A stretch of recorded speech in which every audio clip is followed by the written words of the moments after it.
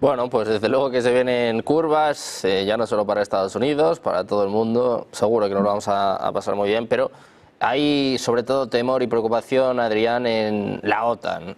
Sin duda, si hablamos de perdedores, obviamente lo de Kamala Harris ha sido un fracaso sin paliativos, pero se habla de que el gran perdedor ha sido Volodymyr Zelensky. Te quiero preguntar por todo esto, Adrián, ¿cómo va a repercutir en el conflicto en Ucrania con un J.D. Vance que ya había puesto sobre la mesa una propuesta, algo así como partir a Ucrania por la mitad, lo que bien decía antes Luis, que no pudiese entrar en la OTAN? ¿Crees que es posible? ¿Crees que se va a solucionar pronto el conflicto en Ucrania? Bueno, vamos a ver, con lo que se haga durante este segundo mandato de Donald Trump, siempre hay que tener reservas si tenemos en cuenta lo que sucedió en el primer mandato, aunque las circunstancias sean distintas, ¿no? En el primer mandato, bueno, empezó el trumpismo con un eslogan fundamental de drenar el pantano, partiendo de unas reivindicaciones supuestamente anticorrupción, antioligárquicas, y no lo hizo. Simplemente no lo hizo y punto, ¿no? Entonces, bueno, pues reservas siempre hay que tener, pero claro, de este punto se ha insistido tanto en la propia campaña que hay que dar por supuesto que efectivamente el trumpismo va a avanzar claramente en algo que es fundamental y sensacional para el mundo. Es decir, que Estados Unidos, en vez de apostar por una guerra mundial para salvar su hegemonía del mundo, pues apuesta por centrarse en su propia reconstrucción con unas políticas aislacionistas que desde el punto de vista de evitar esa guerra mundial nos vienen fenomenal a todos, ¿no? Y es lo que va a hacer posible enganchar que esas estrategias de Estados Unidos enganchen en esa estrategia de mundo multipolar por el que están apostando los países emergentes, ¿no? Bueno, en ese contexto, ¿qué va a pasar con el tema de Ucrania? Bueno, pues va a pasar lo que iba a pasar de todas formas también con otras administraciones, pero en mi opinión más rápido y de forma más fluida y menos violenta. Es decir, está claro que con la victoria rusa en Ucrania, que ya es cuestión de meses de todas formas, pues primero va a haber una serie de regiones ucranianas que van a quedar dentro de la Federación Rusa. El resto de Ucrania evidentemente no se puede mantener como es desde el año 2014 como un ariete de la OTAN contra Rusia, ¿no? Obsesivamente rusófobo. Entonces, es evidente que necesita un nuevo estatus institucional, una nueva configuración institucional que será pactada probablemente en este caso, que iba a venir de todas formas, pero que en este caso probablemente será pactada entre Rusia y Estados Unidos. Pero tampoco es eso lo más importante, porque lo más importante es esta reclamación que ya hizo Rusia muy claramente en el año 2021, diciendo, señores, necesitamos un acuerdo de seguridad estratégica en Europa. Y esta fue la negativa de Occidente a ni siquiera hablar de este tema, fue el desencadenante del conflicto. Entonces, el conflicto no se soluciona si al otro lado de Ucrania tenemos una Europa, una OTAN, también obsesionadas con atacar a Rusia en cuanto se pueda, ¿no? Entonces, ese estatus de esa configuración de seguridad estratégica en Europa se va a negociar con el fin de la guerra. Y, evidentemente, la seguridad estratégica de Europa negociada entre las distintas partes es incompatible con la existencia de la OTAN. Entonces, se buscará un argumento u otro, una forma u otra, pero la OTAN va a desaparecer, porque es que la OTAN en sí misma está hecha para atacar a Rusia, ¿no? Con lo cual, mientras la OTAN se mantenga, no es posible conseguir ese ámbito de seguridad estratégica, ¿no? Entonces, yo creo que eso hay que darlo por supuesto. Lo que pasa es que esto que iba a suceder de todas formas con uno u otro ritmo, ahora al parecer puede suceder de forma pactada y mucho más rápido y con menos conflicto. Bueno, pues vamos a ver cómo se acelera este conflicto en Ucrania, cómo se resuelve también. Luis, quiero saber un poco, pues, qué esperas tú y sobre todo si este temor que se ha desatado en Ucrania, en Europa, está fundado o no. Pues en parte sí y en parte no, y vuelvo un poco a lo que decía en mi primera intervención. Esa incertidumbre que Donald Trump ha fomentado, no concretizando esos planes, acabar con la guerra en 24 horas, cómo, de qué manera, con qué cesiones, todo eso hay que verlo. Entonces es normal que la incertidumbre dé paso a este tipo de temores, a este tipo de, de miedos incluso, sobre todo por parte de Ucrania. Y no solo en esa parte del mundo, ¿no? En otras yo creo que también estamos más preocupados precisamente por lo que nos puede tocar Europa. Y vuelvo al tema de la defensa. Aquí yo también mencionaría que quizá esto, vamos a verlo también desde la otra perspectiva, quizá ha llegado el momento de que Europa también se haga mayor, y se haga mayor en el sentido de independizarse. No digo acabar con la OTAN, pero sí tomar una mayor conciencia de que Europa es de los europeos y en ciertos ámbitos no podemos estar actuando como una especie de apéndice de nadie. Tenemos que apostar por una autonomía en todos los sentidos vamos, energéticamente hablando, en términos económicos, aunque en un mundo como el actual es más complicado, pero también en defensa. Hemos ido aunando nuestras capacidades para construir cosas comunes que nos afectan solo a los europeos y que decidimos solo los europeos, pero hay en otras como la defensa en la que no se ha producido esto. Por tanto, yo creo que ha llegado el momento y que puede ser una buena ocasión, puesto que Europa siempre, la construcción europea, más allá de los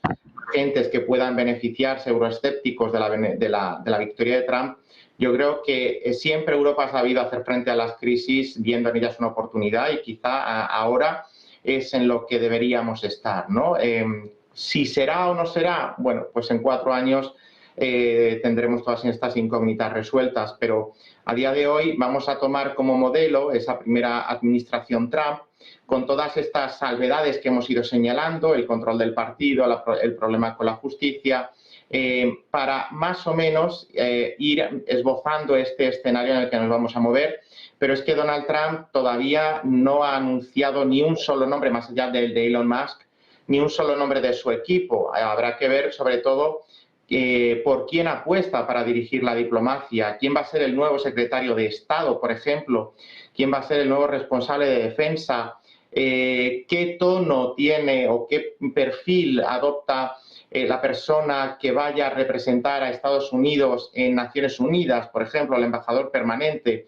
Todos estos cargos y también el círculo de confianza presidencial, no siempre el secretario de turno es el que necesariamente tiene que ser más próximo e influenciar más al presidente.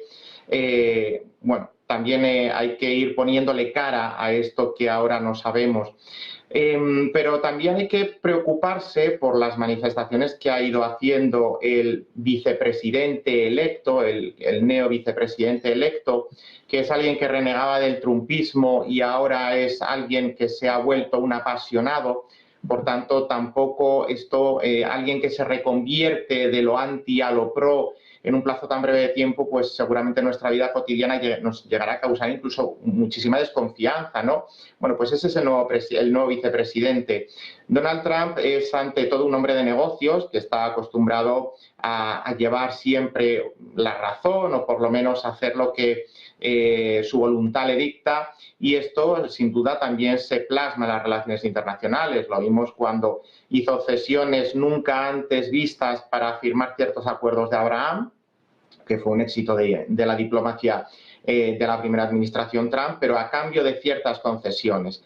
Yo creo que todos estos miedos no son infundados, es porque tenemos esa referencia y salvo que Donald Trump acabe siendo ese monarca que la jueza Sotomayor tenía, yo creo que en parte sí, en parte no, pero salvo que se líe la manta a la cabeza y decida abordar una reforma constitucional para eliminar o dejar sin efecto esa enmienda que limita a 2 los mandatos presidenciales, son los Estados miembros de la Unión los que luego tendrían que ir ratificando esa enmienda constitucional y se necesitaría un número determinado. Por tanto, los estados controlados por los demócratas podrían hacer una especie como de freno y ahí sí que ya no hay vuelta atrás, porque se abriría esa puerta a una reelección un poco como la de Roosevelt, ¿no? Que llegó a ser elegido incluso hasta por 4ª vez, aunque murió a los pocos meses. Pero también hay que tener en cuenta la edad de Donald Trump. Para aquellos que a lo mejor vean en Trump un peligro, pues quizá hay que prestar más atención a la biología.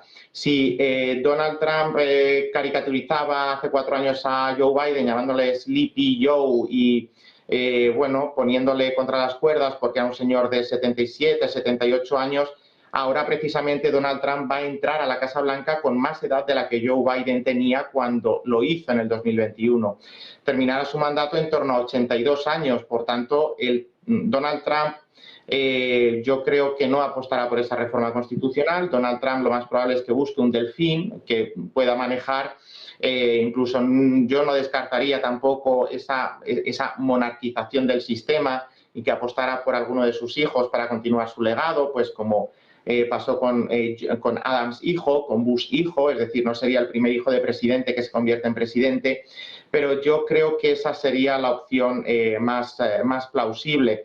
Donald Trump llegará antes o después a su final, que llegará el año 29 y tendrá que dejar la Casa Blanca, pero el trumpismo seguirá. Eso es algo que es innegable, que ha llegado para quedarse, o por lo menos durante un plazo bastante importante de tiempo, y eso es con lo que el Partido Demócrata tiene que empezar a saber combatir, y tiene que empezar a través de un proceso de catarsis, a recomponerse si quiere que ese trumpismo no continúe y quiere imponer o que sus postulados vuelvan a ser mayoritarios, tiene que aprender a vivir con eso, o por lo menos a coexistir. Bueno, pues pendientes del trumpismo, de la influencia que tenga en Estados Unidos, también de qué hacen los demócratas, un poco a tenor de este análisis que nos hacía Luis. Emiliano, yo te quiero preguntar también por cómo va a afectar a Ucrania, a un Zelensky que encima está pues a punto de afrontar su invierno más complicado y encima pues le llega esta mala noticia, ¿no? Vamos a ver qué futuro le depara a Ucrania. ¿Qué esperas tú, Emiliano? Pues me imagino, y esto lo digo en tono irónico, que le habrá mandado un mensaje por la red X de tu amigo, diciéndole a Zelensky que si se acuerda de Hunter Biden, de la llamada de teléfono de Hunter Biden. Y como es una persona que siempre dice que se venga de todos aquellos que le han traicionado, pues evidentemente estará pidiendo ya la cabeza del señor Zelensky, porque como le traicionó, llamando a Biden que estaba intentando buscar causas para afectar a su imagen a través de su hijo, pues ahí ya tenemos la vendetta trumpista en relación a Ucrania. Lo que no nos podemos permitir, sinceramente, los europeos, es que dos señores se sienten encima de la mesa y decidan sobre un tercero. Es decir, no estamos en una sociedad que pueda admitir que señor Putin y señor Trump se sienten y digan, no, ahora, Ucrania, esto para Rusia. Y además le ponemos las condiciones de 20, 30 o 40 años, me da exactamente igual. Es un Estado soberano. Y nosotros, como europeos, que defendemos una serie de valores, tenemos que defender y apoyar. Si no lo quiere hacer Estados Unidos, pues estupendo. Pero nosotros los europeos tenemos que hacerlo. Porque si no, tendremos a ese señor ahí, al lado, que no solamente atacará a Ucrania o controlará a Ucrania, es que, bueno, vuelvo a insistir, tenemos el caso de Moldavia, tenemos el de las minorías en las repúblicas bálticas, tenemos el tema de Georgia. Es decir, tenemos toda una serie de cuestiones que si no conseguimos ponerle freno, no va a parar, no va a parar. Y además tenemos también internamente dentro de la Unión Europea una serie de socios estratégicos del señor Putin que lo único que hacen es desestabilizar el funcionamiento de la Unión Europea. Entonces, si no reaccionamos, pues tendremos que aceptar que los valores que hemos defendido, el liderazgo que hemos pretendido tener frente al mundo se ha acabado y, bueno, que avancen aquí también todos los regímenes ultraortodoxos. Y se acabó la democracia como forma de gobierno, por lo que hemos estado luchando más de 2 siglos, y volvemos todos a ser dictaduras o autocracias, que es, parece, lo que está muy de moda y que se habla con cierta de manera muy fácil, como diciendo, no, si no pasa nada, no, si pasa. Entonces, como europeos y como sociedad europea, tenemos que apoyar al señor Zelensky o a los ucranianos, que son los que llevan los muertos, los que han sido atacados, y no nos podemos permitir decir, no, no, ya nos hemos cansado, como nuestro jefe, el señor Trump, dice que no, nosotros tampoco. Porque entonces estaremos acabados como sociedad. Otra pregunta, Emiliano, sería si precisamente esta victoria de Donald Trump nos ha provocado precisamente por la crisis democrática que hay, ya no solo en Estados Unidos, también en Europa. Alemania, por ejemplo, ha sido un fiel reflejo de todo esto, ¿no? Igual la democracia por la que hemos luchado no era como esperábamos, ¿no? Puede ser una de las conclusiones que se extraiga precisamente, por ejemplo, de la victoria de Donald Trump. O sea, todo sistema político tiene sus imperfecciones, pero entre una democracia o una dictadura, pues creo que la opción es clarísima. Si no, pues bueno, pues dejémoslo y pongámonos en manos de estos señores y acostumbrémonos a que manden 30 o 40 años y hagan y deshagan lo que quieran. Pero a partir de ahí aceptemos las limitaciones de las libertades, incluidas las de prensa. Porque, como sabrás, Lo primero que ha hecho Elon Musk ha sido ofrecer a la CNN 3.000 millones para comprarla. ¿Por qué? Porque la CNN es una voz discordante de las otras cadenas mayoritarias en Estados Unidos que han ido apoyando al señor Trump. Entonces, bueno, pues pensamiento único. Y se acabó.